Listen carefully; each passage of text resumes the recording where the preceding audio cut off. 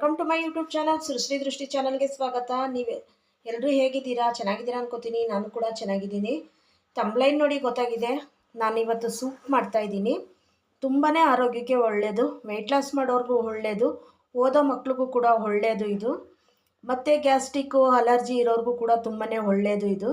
ಬನ್ನಿ ಹೋಗ್ತಾ ಹೋಗ್ತಾ ನಾನು ಹೇಳ್ತಾ ಇರ್ತೀನಿ.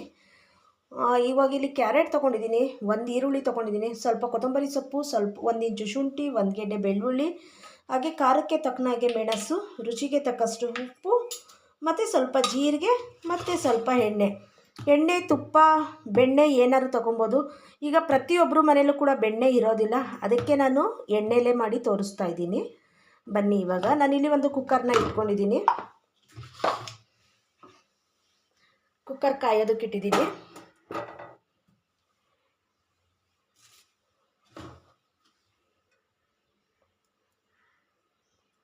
ನೋಡಿ, ಒಂದು ಅರ್ಧ ಟೇಬಲ್ ಸ್ಪೂನಷ್ಟು ನಾನು ಎಣ್ಣೆನ ಹಾಕ್ಕೊಂಡಿದ್ದೀನಿ. ಎಣ್ಣೆ ಸ್ವಲ್ಪ ಬಿಸಿ ಆಗಲಿ.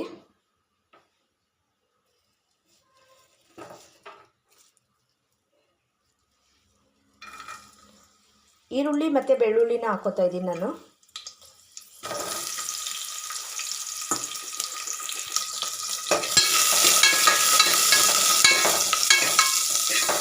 ಸ್ವಲ್ಪ ಈರುಳ್ಳಿ ಬೆಳ್ಳುಳ್ಳಿ ಎಲ್ಲ ಬಾಡಿಸ್ಕೊಳ್ಳೋಣ.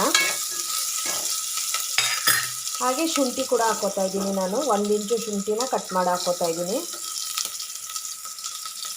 ಇದು ಓದೋ ಮಕ್ಕಳು ನೋಡಿ, ನೈಟ್ ಹೊತ್ತಲ್ಲೂ ಓದ್ತಾ ಇರ್ತಾರೆ, ಅವ್ರಿಗೆ ತುಂಬ ತಲೆನೋವು ಬರ್ತಾ ಇರುತ್ತೆ, ಅವರು ಊಟ ತಿಂಡಿ ಸರಿಯಾಗಿ ಮಾಡೋದಿಲ್ಲ.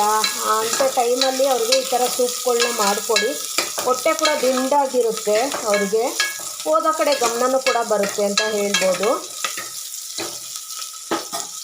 ಈರುಳ್ಳಿ ಫ್ರೈ ಆಯಿತು. ಇವಾಗ ನಾನು ಆಲೂಗೆಡ್ಡೆ ಅಂದರೆ ಕ್ಯಾರೆಟ್ನ ಹಾಕ್ಕೋತಾ ಇದ್ದೀನಿ. ಸಾರಿ,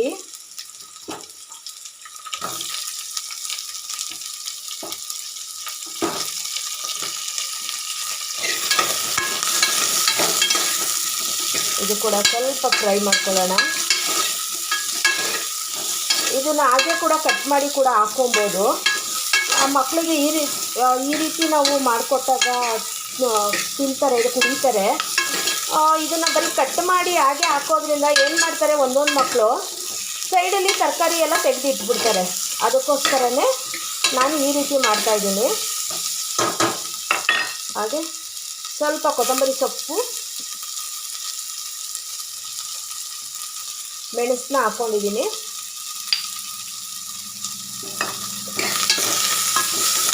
ಖಾರಕ್ಕೆ ಎಷ್ಟು ಬೇಕಷ್ಟು ನೋಡಿಕೊಂಡು ಮೆಣಸನ್ನ ಹಾಕ್ಕೊಂಡಿದ್ದೀನಿ ನಾನು.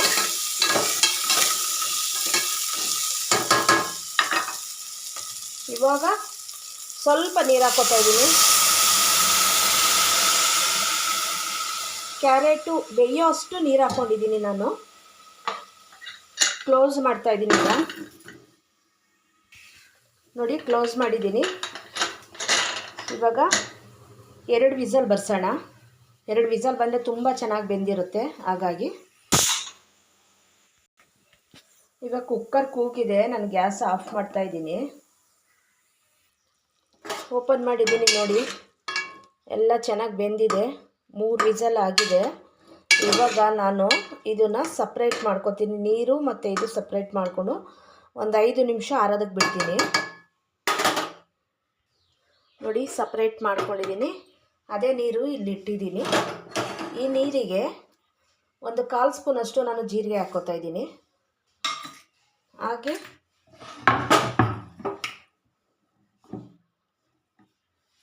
ಒಂದು 2-3 ಎಸಳಷ್ಟು ಬೆಳ್ಳುಳ್ಳಿನ ಜಜ್ಕೊಂಡು ಹಾಕ್ಕೋತಾ ಇದ್ದೀನಿ. ಇದು ಹಾಗೆ ಸ್ವಲ್ಪ ಸೂಪ್ ಕುಡಿಯುವಾಗ ಸಿಕ್ಕಿದ್ರೆ ಬಾಯಿಗೆ ತುಂಬ ಚೆನ್ನಾಗಿರುತ್ತೆ. ಅದಕ್ಕೆ ಈಗ ಮತ್ತೆ ಗ್ಯಾಸ್ ಹಚ್ಕೋತಾ ಇದ್ದೀನಿ.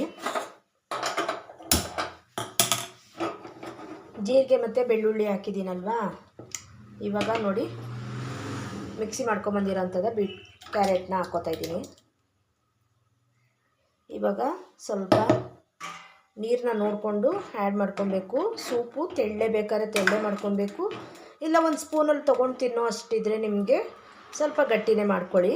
ನಾನಿಲ್ಲಿ ದಪ್ಪ ಥರ ರುಬ್ಕೊಂಡಿದ್ದೀನಿ. ಅತಿ ನೈಸು ಅಂದರೆ ನೈಸು ಇಲ್ಲ, ನಾನು ಒಂದು ಮೀಡಿಯಮ್ ಆಗಿ ರುಬ್ಕೊಂಡ್ಬಂದಿದ್ದೀನಿ. ಸ್ವಲ್ಪ ಜಾರಿಗೆ ನೀರು ಹಾಕ್ಕೋತಾ ಇದ್ದೀನಿ. ವೇಸ್ಟ್ ಮಾಡೋದು ಬೇಡ ಅಲ್ವಾ, ಅದರಲ್ಲೂ ಕೂಡ ಕ್ಯಾರೆಟ್ ಇನ್ನೂ ಇದೆ ನೋಡಿ.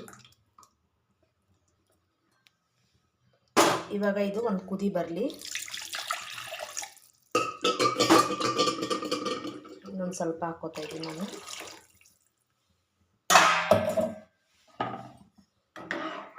ನನಗೆ ಇಷ್ಟು ಬೇಕು, ಬೆಂದರೆ ಸ್ವಲ್ಪ ಇದು ಗಟ್ಟಿ ಆಗುತ್ತೆ, ಅದಕ್ಕೋಸ್ಕರನೇ. ಇವಾಗ ಇದು ಕುದಿ ಬರಲಿ. ಹಾಗೆ ರುಚಿಗೆ ತಕ್ಕಷ್ಟು ಉಪ್ಪನ್ನ ಹಾಕ್ಕೋತಾ ಇದ್ದೀನಿ. ನೋಡ್ಕೊಂಡು ಹಾಕ್ಕೊಳ್ಳಿ ಉಪ್ಪನ್ನ. ಸಪ್ಪೆ ಆದರೆ ಹಾಕ್ಕೊಬೋದು, ಜಾಸ್ತಿ ಉಪ್ಪಾದರೆ ವೇಸ್ಟ್ ಆಗುತ್ತೆ. ಇವಾಗ ಚೆನ್ನಾಗಿ ಒಂದು ಮಿಕ್ಸ್ ಕೊಟ್ಟು ಕುದಿಯೋದಕ್ಕೆ ಬಿಡೋಣ.